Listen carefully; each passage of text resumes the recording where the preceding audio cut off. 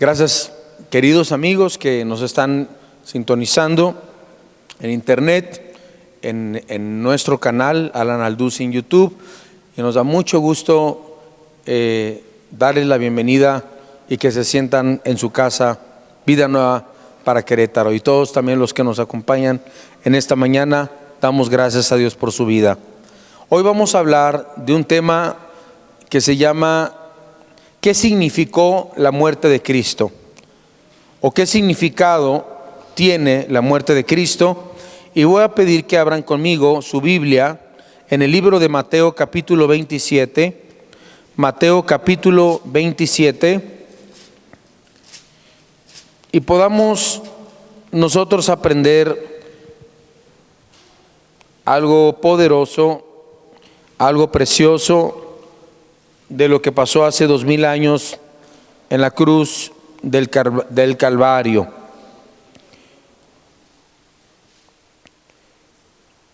Mateo 27, versículo 45 en adelante.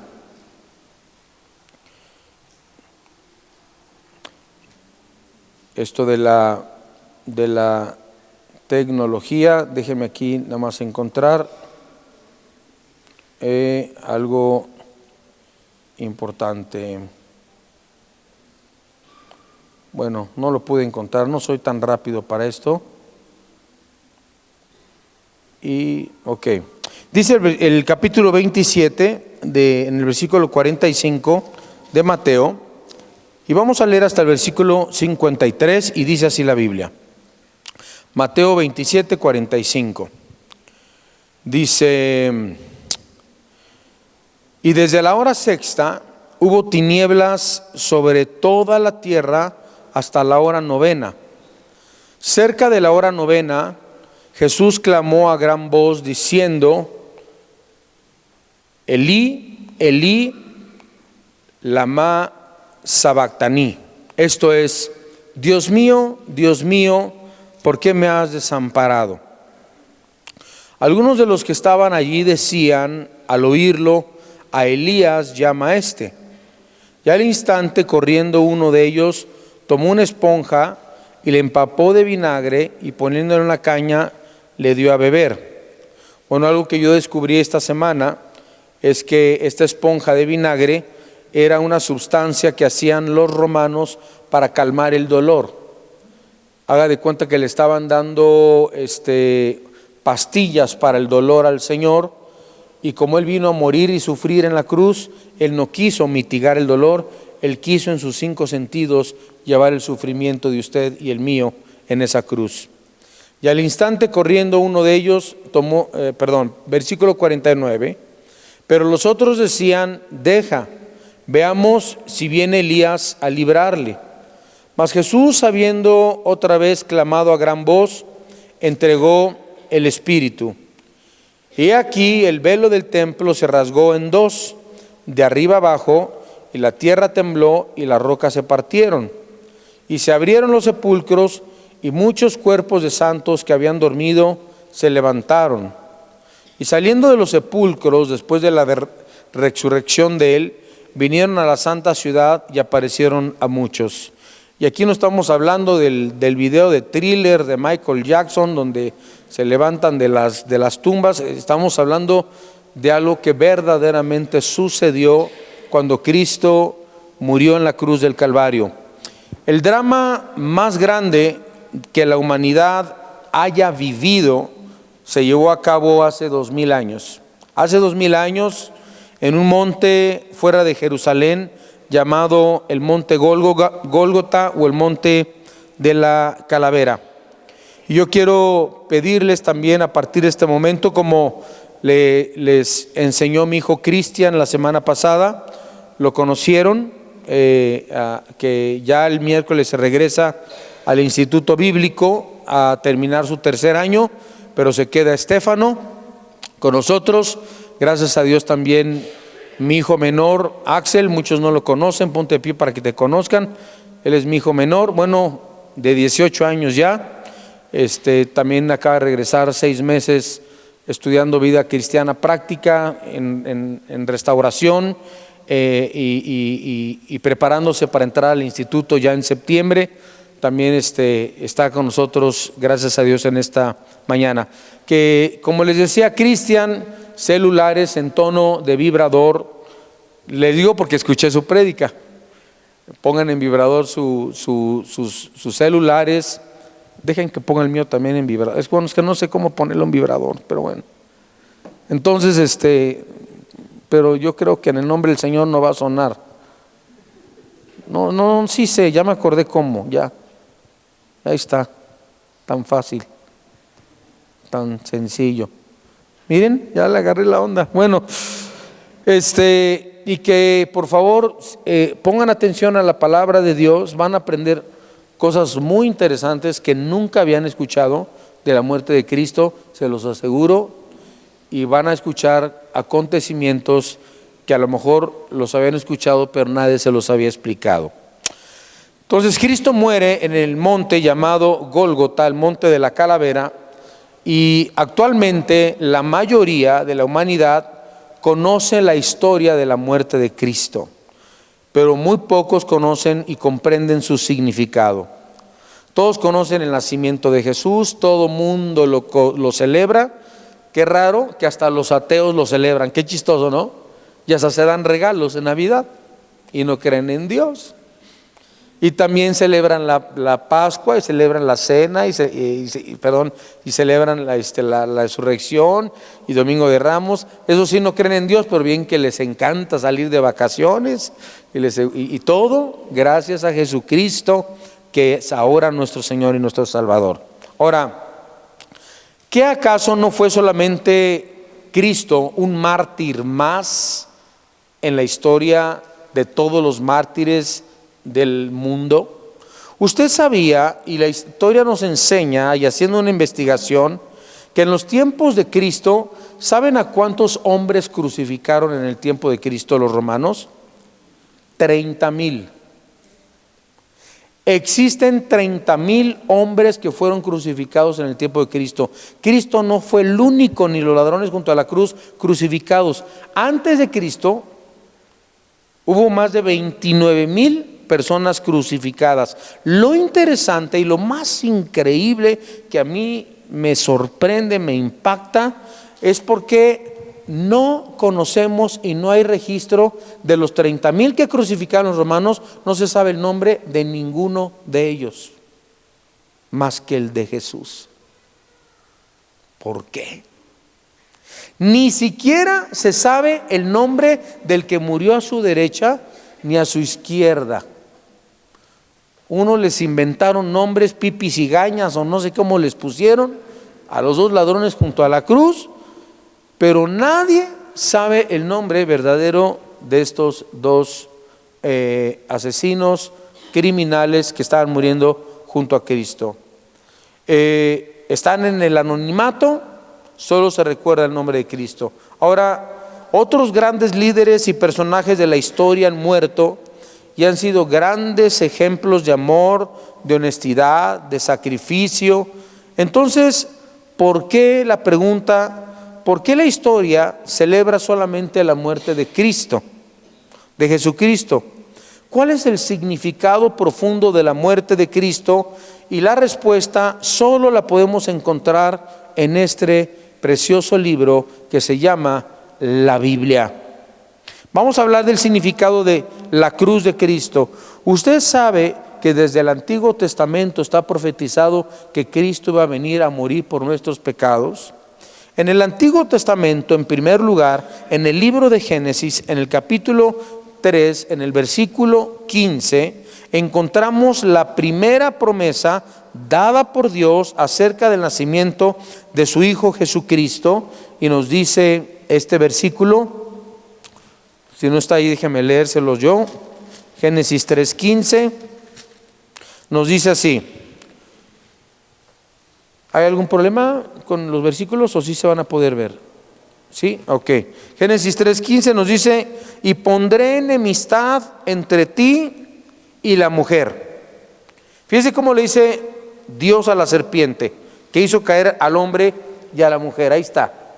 Dice: y pondré enemistad entre ti y la mujer, entre tu simiente, o sea, del enemigo y de la mujer, y la simiente suya.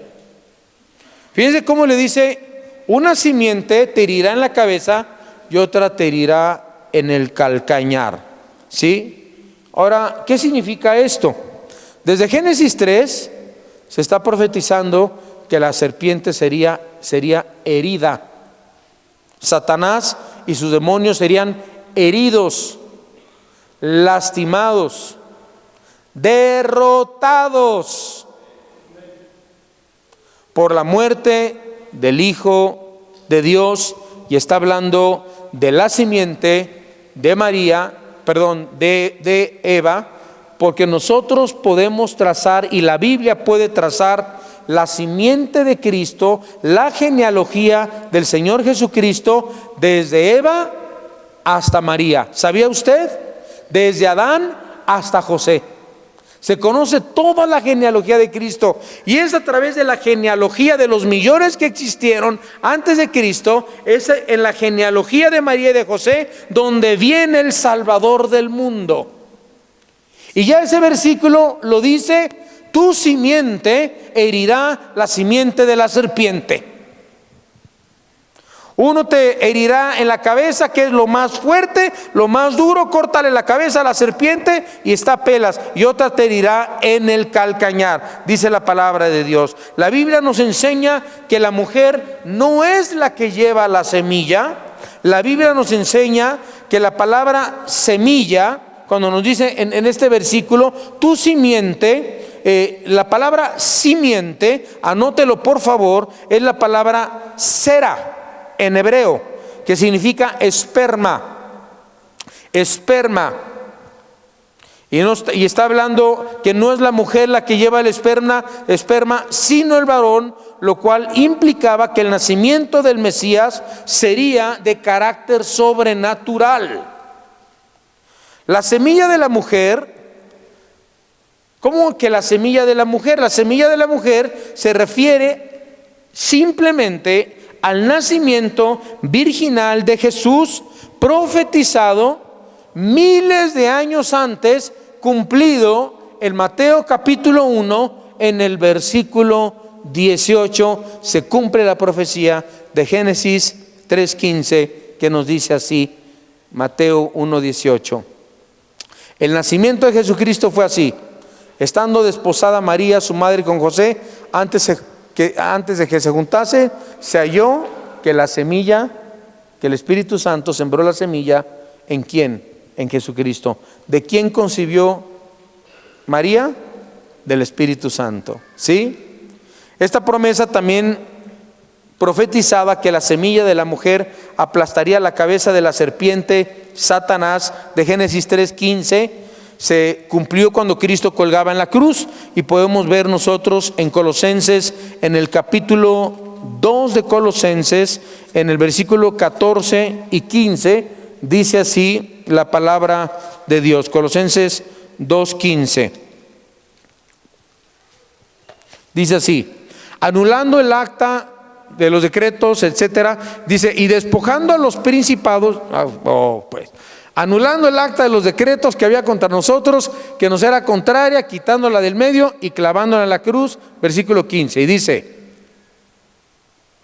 y despojando, fíjense lo que pasó en la cruz del Calvario, Cristo despojando a los principados y potestades. ¿De quién se está refiriendo aquí Cristo, la palabra de Dios?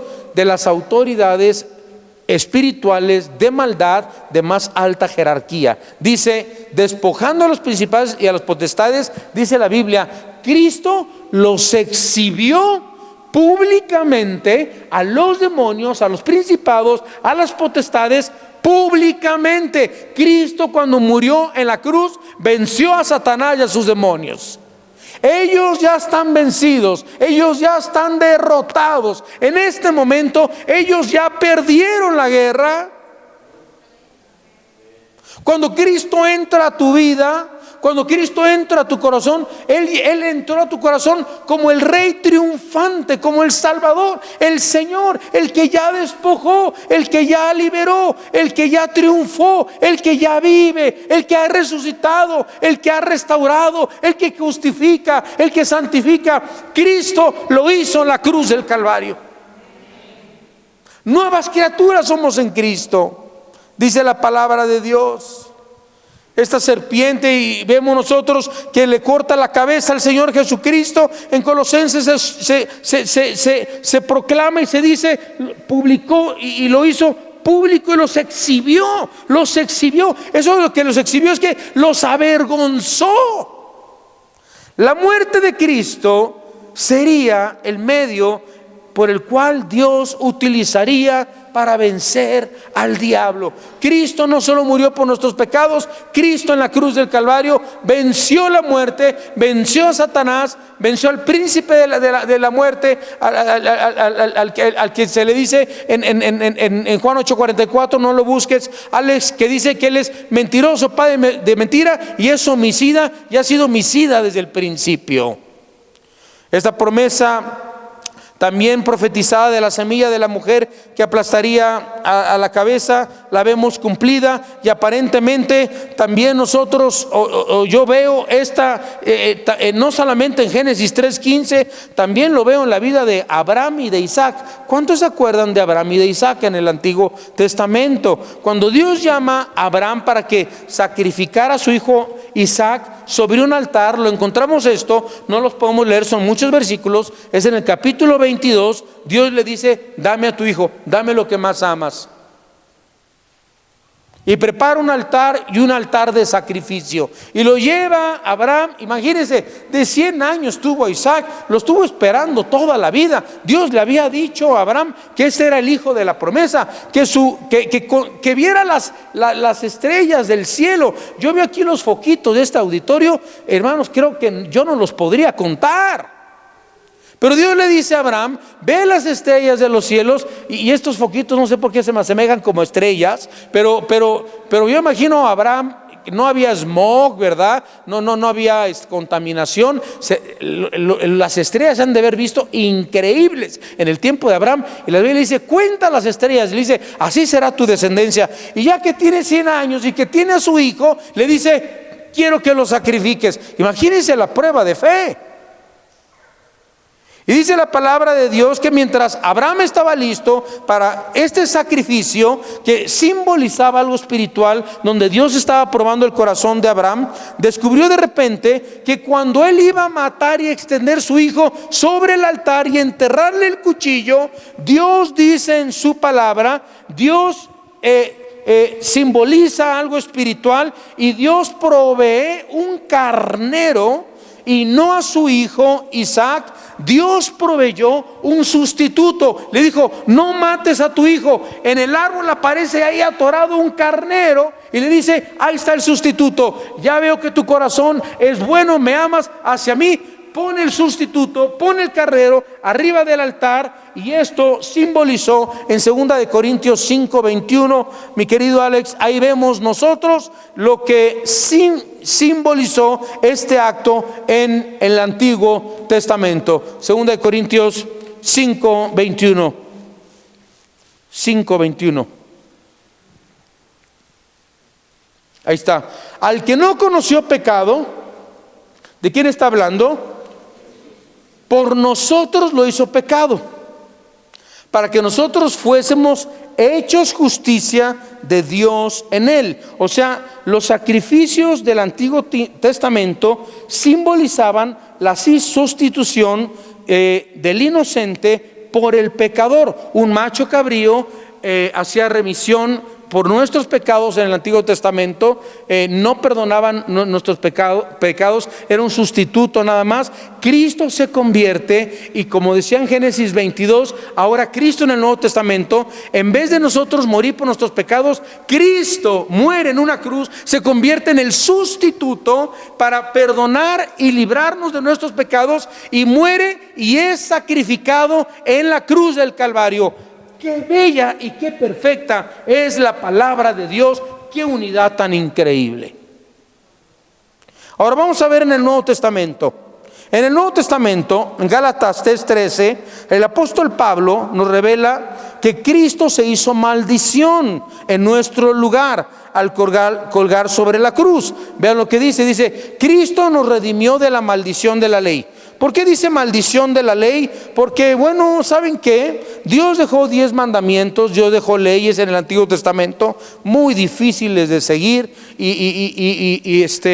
y no eran prácticamente obedecer todos los 10 mandamientos y era una carga para muchos. Gracias a Dios por los mandamientos también, pero dice Cristo nos redimió de la maldición de la ley hecha. ¿Por qué? Cristo se hace por nosotros maldición, porque la Biblia nos dice maldito todo aquel que muere en un madero. ¿Por qué? Porque era una muerte de un criminal, era la muerte de un hombre malo, era la muerte de alguien que había quebrantado las leyes, pero Cristo fue llevado como una oveja al matadero sin pecado. Cristo se hizo maldición. ¿Y por qué se hizo maldición? Porque Cristo en la cruz del Calvario cargó con tu pecado. Todos ustedes y yo tenemos pecado y nacimos con pecado. ¿Y saben cuál es la consecuencia de haber nacido con pecado? La Biblia dice que la paga del pecado es muerte.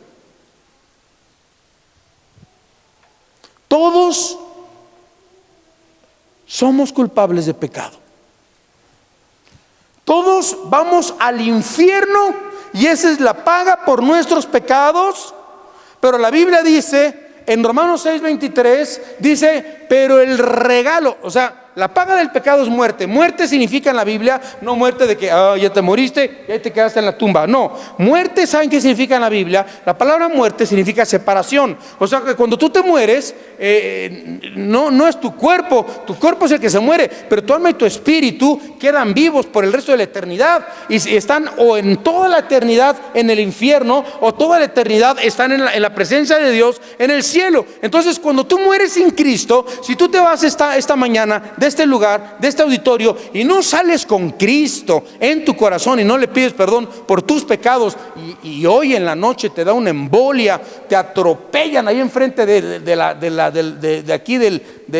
la congregación, se te atraviesa un carro allá en la avenida y te matan o te pasa cualquier cosa y no está Cristo en tu vida, tendrás que pagar el resto de la eternidad por tus pecados. Eres pecador. Pero dice Romanos 6:23, pero la gracia de Dios es vida eterna en Cristo Jesús, Señor nuestro. O sea, no tienes que pagar por la eternidad en el infierno, porque Cristo ya se hizo maldición, Cristo ya llevó tus pecados en la cruz. Ahora tú puedes recibir ese perdón y salir de aquí en vida nueva con Cristo.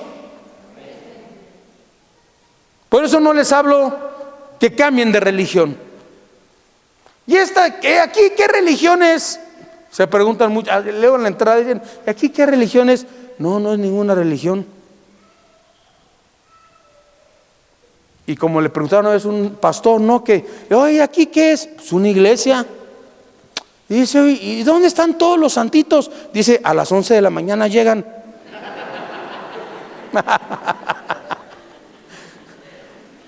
Va a negar un montón de santos, va a haber. Porque los santos somos los que estamos vivos en Cristo, no los que son beatificados, ¿sí? Por un hombre. Entonces esto no es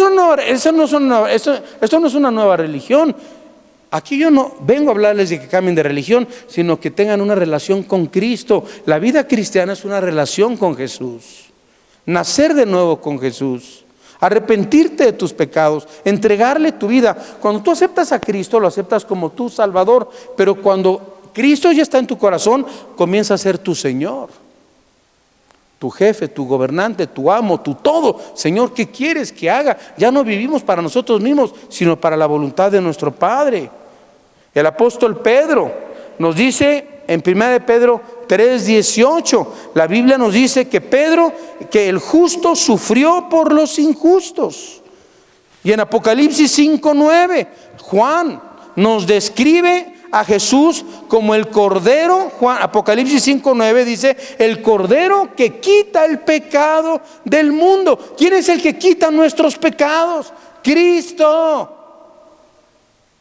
No una limpia de huevo, una lectura de manos, una pasada de una gallina arriba del cuerpo. Nada de eso te va a limpiar de tus pecados, ¿sí? Ni teletransportándote, ni saliéndote de tu cuerpo y no sé cuánta cosa. No hay nada que nos pueda, ni hipnotizándote, ni regresando al vientre de tu madre. Y te acuerdas cómo te despreciaban el vientre. Y sí, tú todo hipnotizado. Sí, me acuerdo, que no sé qué. Y cómo te golpeaba tu papá de chiquito. Y hasta le haces, hasta sientes los golpes y todo. O sea, reviviendo todo eso. Cuando Cristo nos dice, olvidando lo que está atrás. Lo que estudiábamos, José, la semana pasada, olvidando lo que está atrás, extendiéndonos a lo que está adelante. Ya el pasado ya pasó, pero el Señor nos da la fuerza, la fortaleza, nos da de su Espíritu para que, aunque nosotros recordemos, no estemos dolidos ni estemos rencorosos, sino que pasemos por alto la ofensa cometida en contra de nosotros. El más amargado del mundo pudo haber sido que Jesús. ¿Él qué hizo? Hizo bien, levantó a los muertos, le dio vista a los ciegos, le dio oído a los sordos. Y esos mismos que sanó gritaban, crucifícale. Y Cristo pudo haber estado ahí. ¿Te acuerdas los ojitos que te sané? Espérate. Ahora vas a quedar hasta tuertito. Gritaban, crucifícale, crucifícale, crucifícale. Y dice la Biblia que en la cruz del Calvario Cristo dijo, perdónalos porque no saben lo que hacen. El amor y la compasión de Cristo es indescriptible. Nosotros podemos ver unos milagros en la muerte de Cristo en la cruz del Calvario. Y estos milagros nos van a ayudar a comprender el significado de la muerte de Cristo, porque cuando Cristo agonizaba en la cruz, saben que cuando Cristo se fue crucificado en la cruz, sucedieron 6 cosas sobrenaturales, y saben que estas 6 cosas no han sucedido con ninguno en la historia de la humanidad que ha muerto, más que solamente con Jesucristo. En primer lugar, en el versículo 45 que leímos de Mateo, cuando empezamos nuestra lectura, en el capítulo 27, regresamos a nuestro texto original, Mateo 27, y nos dice en el versículo 45, nos dice lo siguiente. Fíjense lo que dice. Fíjense. Aquí estamos. Dice, y desde la hora sexta hubo ¿qué? Hubo tinieblas. Aquí Cristo ya estaba en la cruz. Lean el contexto antes, unos versículos antes, van a ver que Cristo ya estaba en la cruz, ¿sí? Entonces, dice, y desde la hora sexta hubo tinieblas sobre toda la tierra hasta la hora novena. Ahora la pregunta es, ¿la hora sexta? ¿Qué es la hora sexta? ¿6 de la tarde hasta las 9 de la noche? No, es diferente como llevaban el tiempo antes. Ahora, la Biblia dice que cuando Cristo murió hubo tinieblas. Cuando Jesús apareció aquí en la tierra, en Lucas 2, del 9 al 11, nos dice que cuando Cristo vino a la tierra y nació, dice, una gran luz apareció en el cielo. Por ahí léanlo, y así dice la palabra de Dios. El profeta Isaías, en el capítulo 49, versículo 6, nos dice que Cristo, cuando viniera a la tierra, el Mesías, se convertiría en la luz de la gente, de los gentiles. En Juan 8:12, el mismo Cristo dijo, yo soy la, ¿qué? A ver, no escucho, yo soy la luz. ¿Quién era la luz? Cristo. Yo soy la luz del mundo, ¿sí? Y que Él, lo que siguiera, no permanecería, o los que lo siguieran a Él, no permanecerían en tinieblas. O sea, si tú estás en Cristo, estás en la luz. Tú estás apartado de Cristo, estás en tinieblas, ¿sí? Ahora, notemos, pues, la luz está asociada con el nacimiento de Cristo, con la vida de Cristo, con el ministerio de Cristo, y está asociada las tinieblas con la muerte de Cristo. Tengan eso en mente. La vida de Cristo representa luz, la muerte de Cristo representa tinieblas, ¿sí? La Biblia nos dice muy claramente en el versículo 45, vean su Biblia, que dice que hubo tinieblas ¿desde qué hora? Desde la hora sexta. ¿Saben qué es la hora sexta? Las 12 del mediodía. Y dice en la Biblia que hubo tinieblas hasta la hora novena. ¿Cuál es la hora novena? Las 3 de la tarde. O sea que hubo tinieblas en toda la tierra. El sol se oscureció. Miren, yo me acuerdo una vez un eclipse de sol. Muy chico, me acuerdo de eso. Yo me acuerdo que iba a haber un eclipse de sol. Me subí al techo de mi casa, estaba chiquito. Y te daban así como que unos, para ver el eclipse, ¿no? Para no verlo así con los ojos pelones. Pero yo sí me acuerdo que en el techo de mi casa, por unos segundos de repente se hizo de noche. Y hasta empezaron a cantar los pajaritos. Como si estuvieran, empezó a salir el sol, como si estuviera madrugando, empezaron a cantar los pajaritos. Pero aquí dice la Biblia que en toda la tierra hubo tinieblas durante 3 horas. 3 horas de noche. Todos con sus velas. ¿Qué óvole? ¿Qué pasó? ¿Sí? Hubo tinieblas sobre toda la tierra y ese es el tiempo. Fíjense, si ustedes se dan cuenta, entre las 12 y las 3 de la tarde, los científicos te dicen que es cuando el sol está en su máximo cenit. ¿Sabes qué te dicen los doctores? Te dicen, cuando vaya a Acapulco, ahora que están muchos por allá, dicen, cuidado de las 12 a las 3 de la tarde. Es la hora donde está en su máximo esplendor el sol, donde más te hace daño. Póngase protector del 168, ¿sí? Y cada 15 minutos, el sol es peligrosísimo. Y aquí en Querétaro pega un sol. Ay, a mí me gusta el frío. Yo vengo de Toluca. Yo no soy de ahí. Yo nací en Acapulco, soy de sol, ¿sí? Soy costeñito, hombre.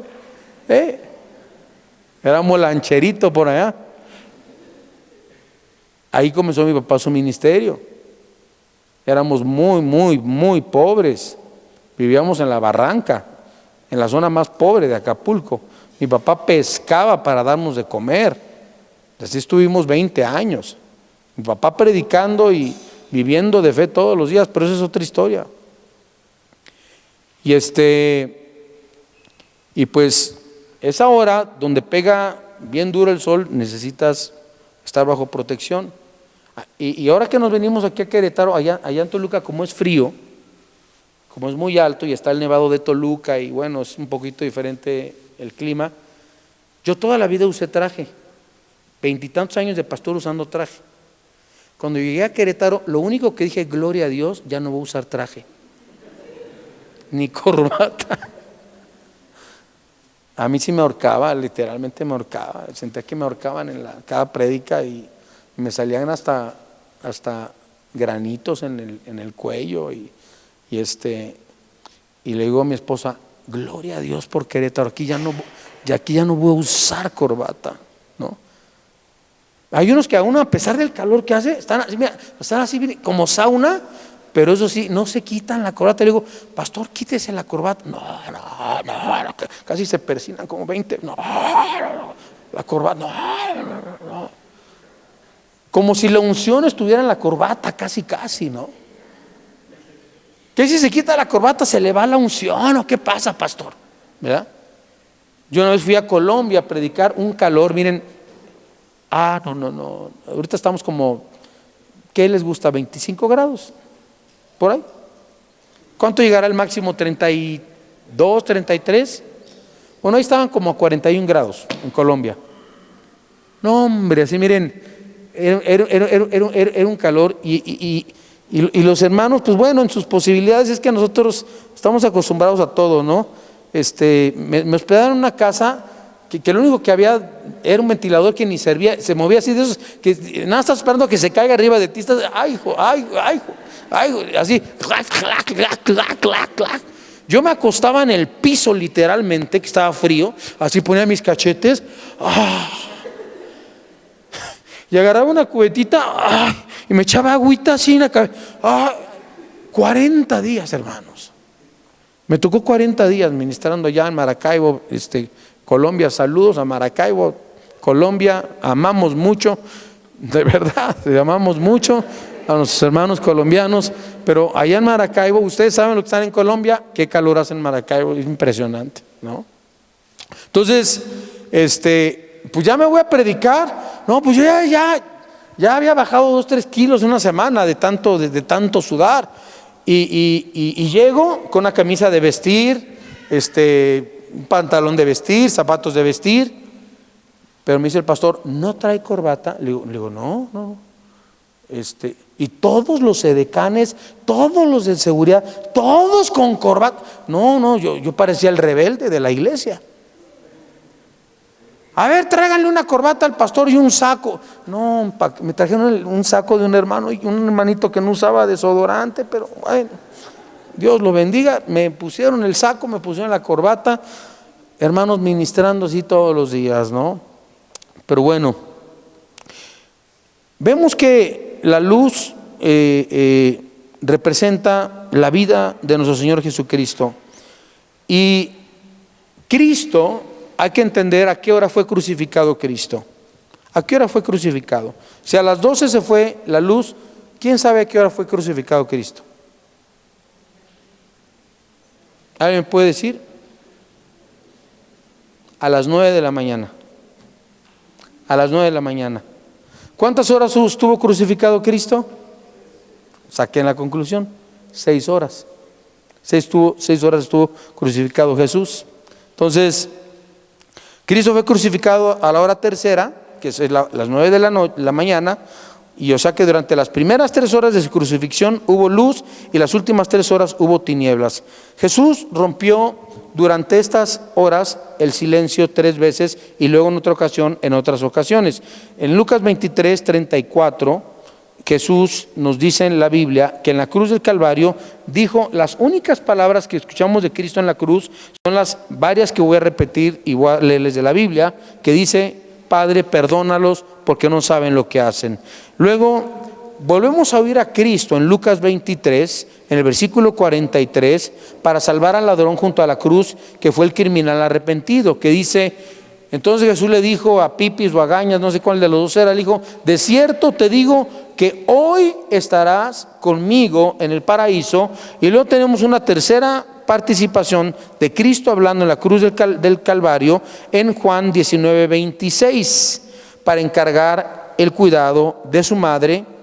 Y aquí estaba el Señor Jesucristo formando la familia espiritual. Después dijo al discípulo: he ahí tu madre. Y desde aquella hora el discípulo le recibió en casa. Pero vamos a leer el versículo 26. Dice: cuando vio Jesús a su madre y al discípulo a quien él amaba. ¿Quién era el discípulo que él amaba? Juan. Cuando vio a Juan y a su madre que estaban presentes, habló Jesús y dijo: madre, mujer, he ahí tu hijo. ¿Qué estaba haciendo ahí? Estaba formando la primera familia espiritual en la fe. ¿Sí? Bueno, pero ¿cuál es el significado de las tinieblas? Para irme rápido, anótelo. ¿Qué es lo que Dios nos quiere decir durante las tinieblas? ¿Por qué hubo tinieblas en la tierra? En Isaías 13, del 10 al 11, la Biblia nos habla que las tinieblas representan el juicio divino. De hecho, la Biblia nos dice que los que van al infierno van a estar eternamente en las tinieblas. ¿Saben por qué? Porque ya no existe la presencia de Dios en ese lugar. ¿Saben por qué hay luz en el mundo? Porque estamos en vida y porque Dios permite y nos muestra con esta luz que Él es la luz del mundo. Pero en el infierno no vas a ver nada y te vas a estar quemando por la eternidad. ¡Qué horrible! ¡Qué espantoso! Dice la Biblia donde el alma de ellos será atormentada de noche y de día, donde la llama no puede ser apagada, donde el gusano de ellos nunca mueren, donde será el llorar y el crujir de dientes. ¡Qué espantoso! Por eso te das cuenta cuánta necesidad de gente que hay en Querétaro que reciba a Cristo, porque no podemos dormirnos y estar pensando en que yo ya me salvé. Qué bueno, qué rico, qué hermoso. Pero hay muchos queretanos, muchos mexicanos que todos los días, cada segundo, miles están yendo al infierno porque no hubo alguien que les hablara del amor, de la muerte, del sacrificio de Cristo en la cruz del Calvario. No podemos dejar de hablarle nunca a nadie del Señor. Tenemos que ser evangelistas todos nosotros. Un póster, un volante, cualquiera que tú pegues de un evento, que vengan, lo vean en una caseta pegado, en una universidad, en una conferencia tal, que no sé qué, y dice, pues voy a ir, al cabo que es gratis, o al cabo que no sé qué, pues a ver qué, un desayuno, y van y se convierten, y no sabes tú que tu vida fue usada para ganar gente para Cristo. Ten siempre folletos en tu carro, repáratelos al de la gasolinera, a los que puedas, repárateles folletos, gana almas. Cuando hagamos comités de evangelismo aquí en la iglesia, que los va a organizar mi hijo Estefano y Axel, van a estar organizando idas a evangelizar, idas a muchos lados. Participen, vayan, vamos a predicar, vamos a ganar almas, vamos a salvar gente de las garras de Satanás. Esta no es la iglesia, nosotros somos la iglesia, y tenemos que ir y llevar la luz al mundo. Aquí vemos un montón de lucecitas porque somos de Cristo y somos la luz del mundo, dice la palabra de Dios, pero estamos aquí escondidos en cuatro paredes. Tenemos que salir al mundo, evangelizar, hablar de Cristo. La Biblia nos dice también que no solamente hubo tinieblas. La Biblia nos dice que Dios abandona a su Hijo en el versículo 46 al 49. Ya me estoy saltando porque me quedan 10 minutos. 46 al 49 de Mateo 27. Y dice, cerca de la hora novena, ¿qué hora era?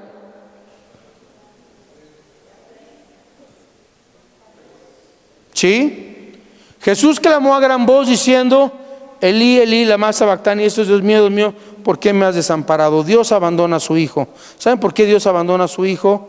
Estas palabras de Jesús pronunciadas en arameo fueron entendidas perfectamente bien por los judíos, pero aún así se siguieron burlando de él. Estas palabras de Cristo expresaron el peor momento que Cristo ha atravesado en toda la eternidad que él ha vivido. Nunca vivió el momento que vivió en la cruz del Calvario, la agonía de la cruz, pues fue a la hora cuando cuando Cristo llevó nuestros pecados en su cuerpo, y como Dios es santo, Dios es santidad, y Dios no se puede acercar al pecado ni tener comunión con el pecado. Su Hijo se convierte en pecado. Dios abandona a su Hijo, y nunca en la historia, nunca en la eternidad, mejor dicho, habían estado separados el Padre y el Hijo. Se separa el Padre, lo deja morir solo y le dice, Dios mío, ¿por qué me has abandonado? Y él sabía desde una noche antes en el Getsemaní, y llorando en la piedra del Getsemaní, puesto de rodillas, le decía, Padre, si es posible, pasa de mí esta copa, pero no se haga mi voluntad sino la tuya. Y dice la Biblia que comenzó a derramar lágrimas, comenzó a derramar sudor de agua mezclado con sangre, rompiéndose los capilares de su frente, de su cabeza, por una agonía. Y los doctores dicen que nadie puede derramar sangre con sudor, si no es que estuviera atravesando una agonía profunda. Nunca nadie ha sufrido una agonía como la que Cristo sufrió para morir por tus pecados y los míos. ¿Qué clase de separación o abandono sufrió Jesús en la cruz del Calvario? Fue separado de la comunión con su Padre, la comunión que había existido entre el Padre y entre el Hijo desde la eternidad. Y eso es lo que nos pasa a los cristianos cuando dejamos de leer la Biblia y orar. Comienza a haber tinieblas y comienza a haber una separación de nosotros hacia Dios. Ser abandonado por Dios es el castigo final por el pecado, y la Biblia nos dice que el infierno será el lugar donde todos los que estén en el infierno serán abandonados por Dios. Ahí en el infierno ya nada, Dios mío, ayúdame, ten misericordia, ten piedad. Porque cuando salgan del infierno, cuando venga el juicio, después de la gran tribulación, la Biblia dice que estarán todos de pie, desnudos delante de Dios, no de rodillas, porque nadie puede pedir clemencia ni misericordia. Estarán delante de Dios los chicos, los grandes, los chicos y los pequeños, dice la Escritura. Y el Señor dice que les mostrará por qué están en el infierno, y del infierno serán llevados a un lugar que se llama el lago de fuego, que es otro lugar de tormento, que no es el infierno. El infierno es el centro de la tierra actualmente, así lo dice la Biblia, y está comprobado científicamente que hay seres humanos quemándose vivos en el centro de la tierra. Hay grabaciones, están en YouTube, descubrimientos científicos de la NASA, de los rusos. Es espantoso escuchar esos videos. Están vivos en el infierno, quemándose, y después van a ser arrojados a un lago. La Biblia no nos dice dónde va a ser el lago de fuego, pero nadie quiere ir ahí. Por eso cuando escucho a la gente que dice, no, el infierno está aquí en la tierra, no, el infierno, les digo, ¿saben qué? Esto es Six Flags comparado al infierno. Esto es Disneylandia. Tribilín, Mickey Mouse, Pinocho, Blancanieves y los 7 enanos están comparados a lo que va a ser verdaderamente el infierno cuando mueras. Es un lugar de espanto. Número 3, vemos la muerte sacrificial de Cristo en el versículo 50, en el capítulo 27. Y Jesús había roto el silencio. ¿Cuántas veces? Llevan la cuenta. ¿Cuántas veces ya habló Cristo de las que yo le he dicho? 5 veces ha hablado Cristo. Las primeras 3 veces ocurrieron durante las primeras 3 horas, de las 9 a las 12 de PM. Fue durante la hora de las tinieblas que clamó, Dios mío, ¿por qué me has desamparado? Y tengo sed. Ahora, antes de morir, Jesús todavía tenía vigor dentro de sí. Estaba en la cruz, estaba clavado, y él, no sé de dónde sale esa fuerza, pero con palabras de victoria, que son las palabras más hermosas que tú puedas escuchar en la cruz del Calvario, Jesucristo dice, consumado es. Y expiró y entregó el Espíritu. ¿Saben qué quiso decir Cristo con esto? Ya no hay nada más que hacer. Ya se hizo todo. Se ha cumplido el plan redentor de la humanidad. Yo soy el camino. Yo soy la verdad. Yo soy la vida. Padre, he cumplido. He dado mi vida por la humanidad, por el pecado de la humanidad.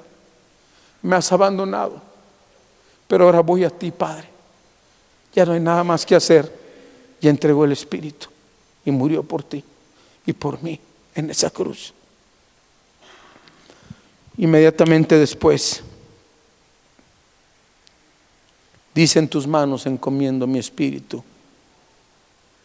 Él iba con el Padre para ser glorificado. Por eso no permitió que lo tocaran los siguientes días, porque dijo, no me pueden tocar porque aún no he sido glorificado por mi Padre. ¿Se acuerdan? Él baja lo más al centro de la tierra, donde estaba el seno de Abraham, el Hades y el seno de Abraham. Esto es profundo y teológico. Cuando Cristo muere, desciende al Hades, al infierno, al seno de Abraham. Y dice en el libro de los Efesios, capítulo 4, 5, pero es en Efesios, en cualquiera de esos 2 capítulos, dice, bajando a lo más bajo, dice, tomó consigo la cautividad y la llevó arriba a los cielos y repartió dones a los hombres. ¡Wow!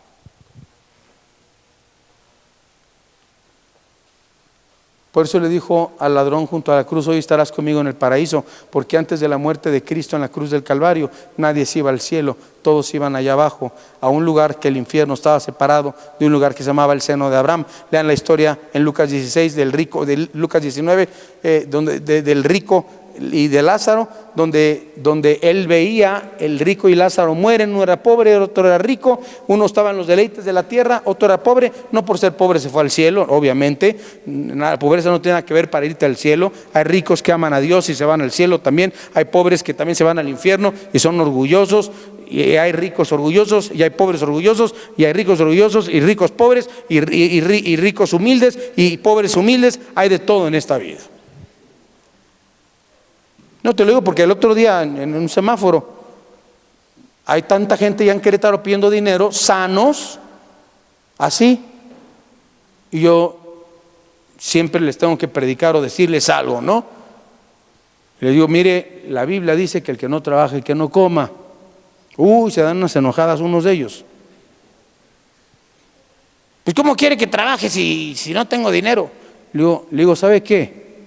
Hasta hay mexicanos en silla de ruedas, sin piernas, sin brazos, trabajando. Usted no puede regalar dinero a la gente que no trabaja. No lo haga, no les haga un mal. La Biblia dice que te ganarás todo con el sudor de tu frente. Y mi esposa le dice, pero mire, aquí tenemos comida, se la regalamos. No, se fue indignado el cuate. O sea que también hay pobres orgullosos. No quiso la comida, él quería marmaja, billete, ¿sí? Feria. El que no trabaja no coma, dice la Biblia. Qué bueno que hay hasta viejitos ya en los Walmarts y todo, guardando cosas.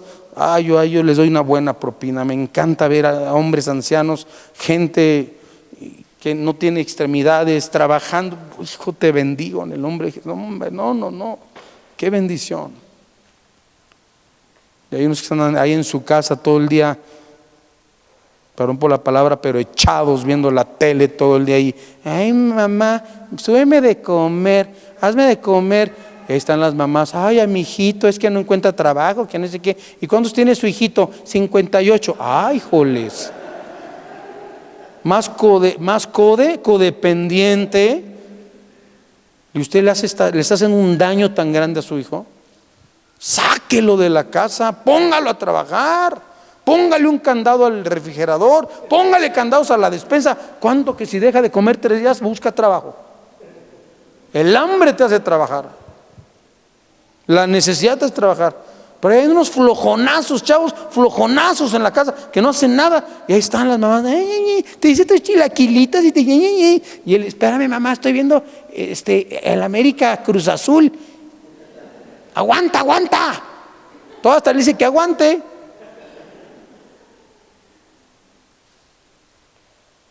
Cristo dio su espíritu.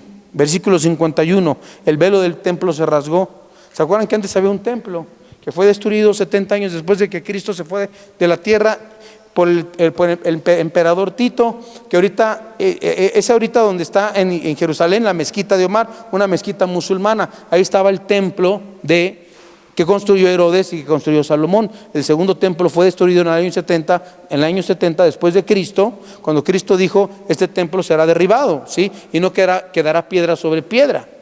Ese templo va a ser reconstruido otro día, en otro día hablaremos de eso, pero será construido y reconstruido, y eso significa que ya estamos viviendo en la tribulación, hermanos.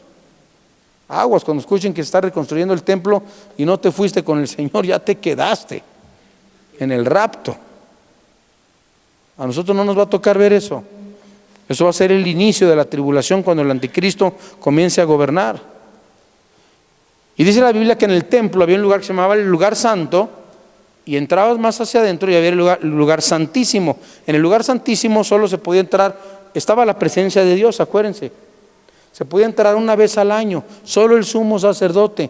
Y si entraba con cualquier falta, cualquier pecadillo, lo que sea, entraban con una cuerda y con una campanita en las piernas. Si dejaba de sonar la campanita, o sea, ellos estaban ahí y le estaban haciendo así para que todos supieran que está. ¿Oyes la campanita? No, sí la oigo. No la oye, ya no se oye nada. Oye, ya llevan 2 minutos, no se oye nada. Pues jálale, y salían muertos. Era el lugar santo de Dios. Y dice la Biblia que el lugar santo y el lugar santísimo estaba dividido. ¿Saben por qué estaba dividido? Por un velo. Era un velo que dice el historiador Josefo, Flavio Josefo, que fue un judío que escribió en los tiempos de la persecución de los cristianos, en los tiempos de Cristo, un gran escritor. Él decía, eso no está en la Biblia, es un escritor judío, que si tú ponías 7 caballos del lado derecho del velo, 7 caballos del lado izquierdo del velo, y jalaran al mismo tiempo el velo, no lo podrían romper de lo grueso y de lo fuerte que estaba. Cuando Cristo muere en la cruz del Calvario, se rompe el velo de arriba para abajo, así, como zipper. Este velo era el que dividía el lugar santo del lugar santísimo, donde solo el sumo sacerdote podía entrar una vez al año. Esta fiesta de que el sumo sacerdote podía entrar una vez al año se le llama, para los que conocen de historia judía, se le llama la fiesta del Yom Kippur. ¿La han oído hablar? Yom Kippur, ¿ok? Nadie podía atravesar este velo más que el sumo sacerdote, pues ahí moraba la presencia de Dios y ahí estaba un instrumento que se llama el propiciatorio, donde se derramaba la sangre del cordero sin mancha o del becerro rojo, como se le llama una camada de becerros que dejó de existir por siglos, y ahorita han vuelto los judíos a descubrir cómo volver a ser una raza. En Israel ya existen becerritos colores rojos que se están preparando para, cuando se reconstruya el templo, volver a hacer sacrificios.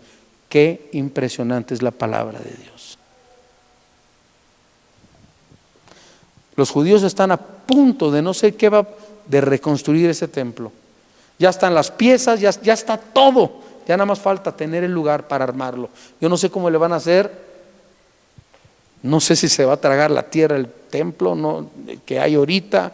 Va a haber una guerra, un misil, no sé. Pero los judíos o van a descubrir que no estaba ahí exactamente, sino a lo mejor a 3 cuadras más adelante, y cuando ellos ya tengan la certeza donde estaba el templo de Salomón y de Herodes, ellos van a poder reconstruir su templo, y esa obra la va a hacer el anticristo cuando firme el tratado de paz con los árabes y los judíos. La Biblia nos habla que cuando el velo del templo se rasgó, dice la Biblia y nos enseña la Biblia que ahora ya no necesitamos un sumo sacerdote, hermanos, ya no necesitamos un pastor, ya no necesitamos un sacerdote, ya no necesitamos un papa, ya no necesitamos, ahora el templo fue abierto, tú puedes entrar directamente a la presencia de Dios, de rodillas, junto a tu cama, en el carro, a donde quiera. El velo fue roto, tienes entrada libre a la presencia de Dios.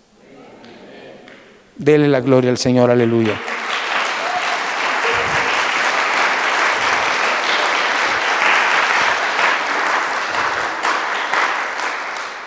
Antes no podían entrar a la presencia de Dios porque Dios no había tratado con el pecado del hombre, y los sacrificios del Antiguo Testamento solo cubrían los pecados, no te quitaban los pecados para siempre. Pero en la muerte de Cristo, Dios estaba diciendo: ahora que mi Hijo murió, hay entrada libre a mi presencia, y gracias al sacrificio de su Hijo en nuestro lugar. En Hebreos 10:19 nos enseña esta clara enseñanza. Hay entrada gratuita, sin estorbos, sin intermediarios. Podemos entrar a la presencia de Dios. Luego la Biblia nos dice en el versículo 51, y con esto estoy terminando. Versículo 51, hubo un terremoto cuando Cristo murió en la cruz del Calvario. Vean 27:51 de Mateo, ¿qué es lo que dice?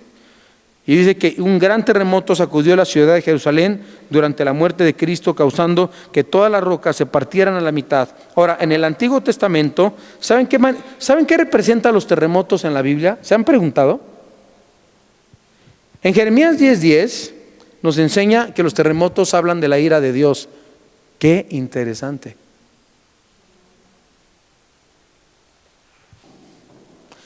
No solamente hablan de la ira de Dios, sino de la previa visitación de la presencia de Dios. Estos terremotos en México, en muchas partes del mundo, están hablando de que Dios está preparando algo, hermanos. Dios está preparando a México. su última, no sé, visitación a nuestro país.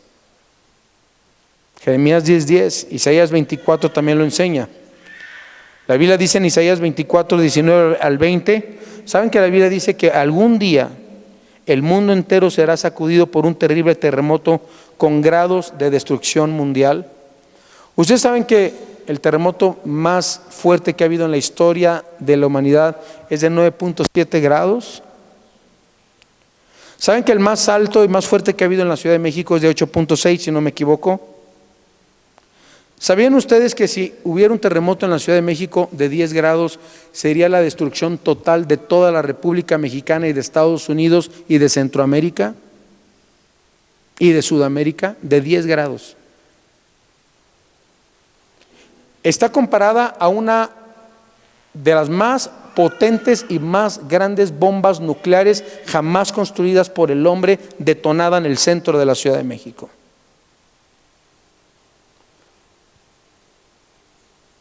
Que el grado pasado de terremoto fue de 7, ¿qué? 7.9, 7.81, ¿cuál fue? Llegáramos a uno de 8.7, de 9 grados, hermanos, sería un caos para nuestro país, para nuestra ciudad. Y lo peor de todo es que todos los expertos del mundo, sismólogos y todo, están esperando un terremoto de ese nivel en la Ciudad de México, con epicentro en Oaxaca o en Guerrero.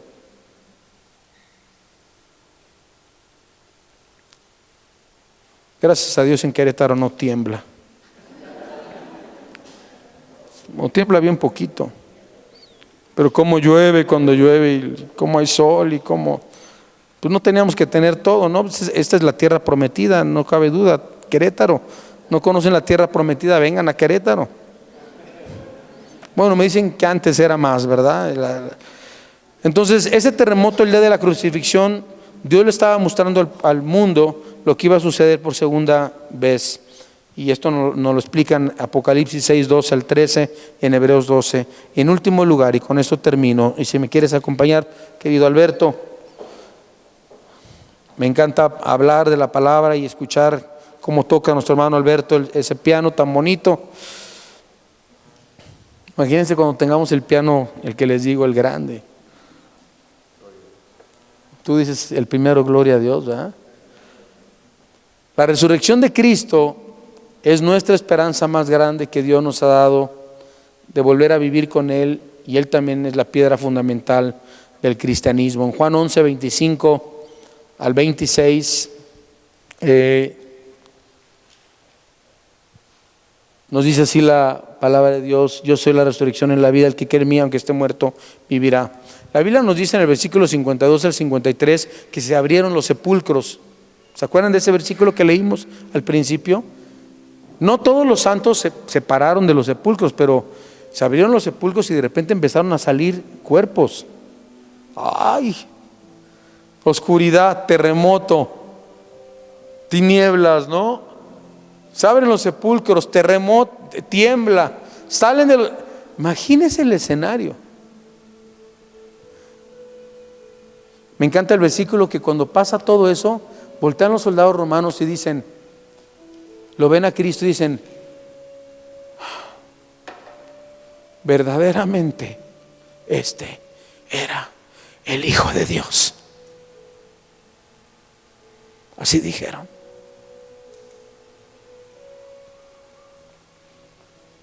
El diablo quería matar a Dios, pensando que iba a destruirlo en la cruz. Porque si él pensara que iba a resucitar y supiera el futuro,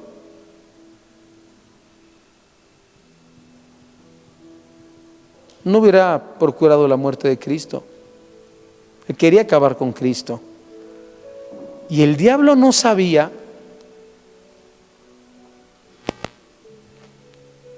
que el diablo también está formando parte del plan de Dios para la redención de la humanidad. Que también el enemigo, Satanás, va a cumplir el propósito. Que muchos lo van a seguir a él y muchos van a seguir a Cristo. Tú decides a quién quieres seguir. Al que está derrotado o al que venció por los siglos de los siglos? Ayer sacaron una encuesta en un programa de deportes. Dice, después de ver tantas derrotas en tu equipo, ¿estás considerando cambiarte ya de equipo? Y un 40% dijo sí. Ya saben, los que saben fútbol, saben de quién estoy hablando.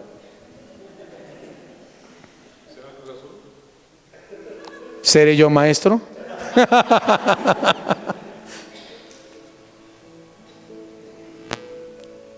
Pero no se enojen si ya estoy hablando contra tu equipo. Lo que quiero decir es que estamos viendo un partido y Jesús ya ganó, ya venció. Y tú sabes que va ahorita 3-1 aparentemente perdiendo el equipo. Pero tú ya lo viste ese partido y dices, en los últimos 3 minutos meten 4. Y nadie de los demás lo han visto. Y dicen, pues es tu equipo el que va perdiendo y todos, y en tu cara,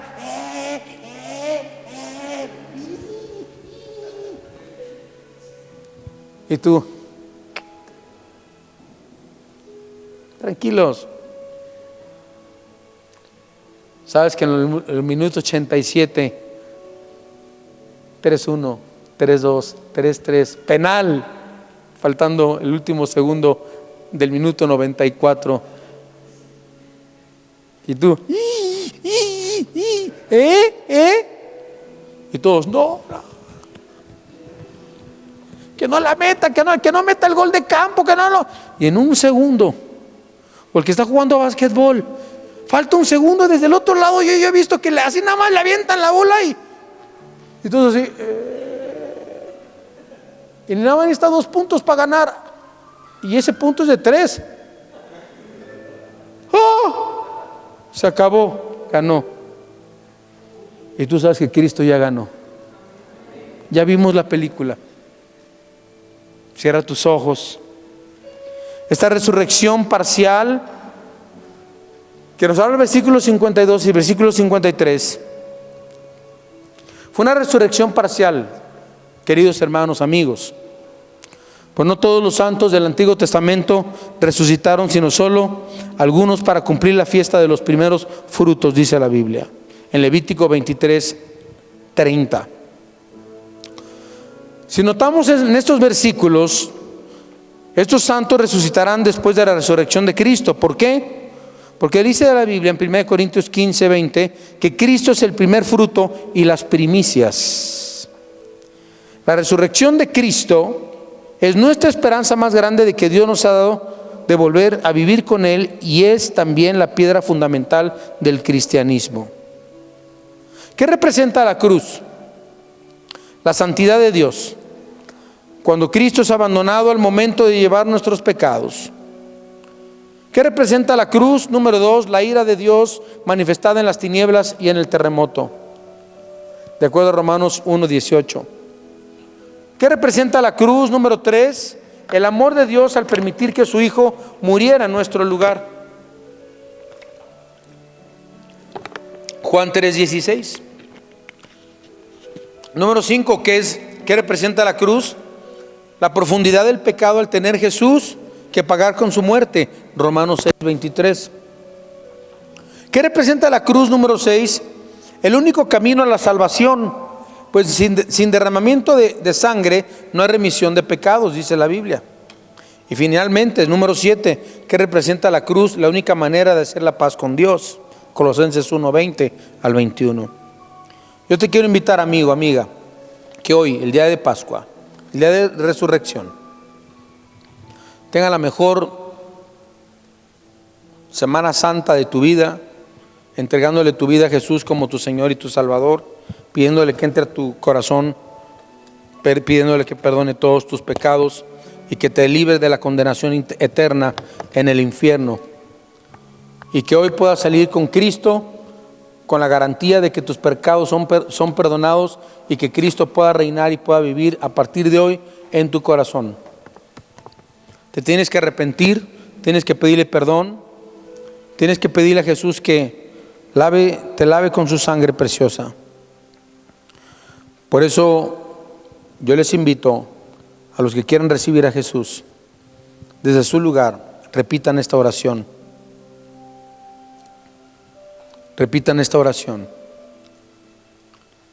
Y le digan: Dios, te pido perdón por mis pecados. Me arrepiento de mis pecados. Lávame con tu sangre preciosa. Hazme la persona que tú quieres que yo sea. Te abro las puertas de mi corazón. Te pido que entres en mi vida en este instante como mi único Señor y mi único Salvador. Entra en mi vida, Señor Jesús. Límpiame, lávame. Si hay alguien que hizo esta oración de todo corazón, sinceramente, desde su lugar, levante su mano, por favor. ¿Alguien?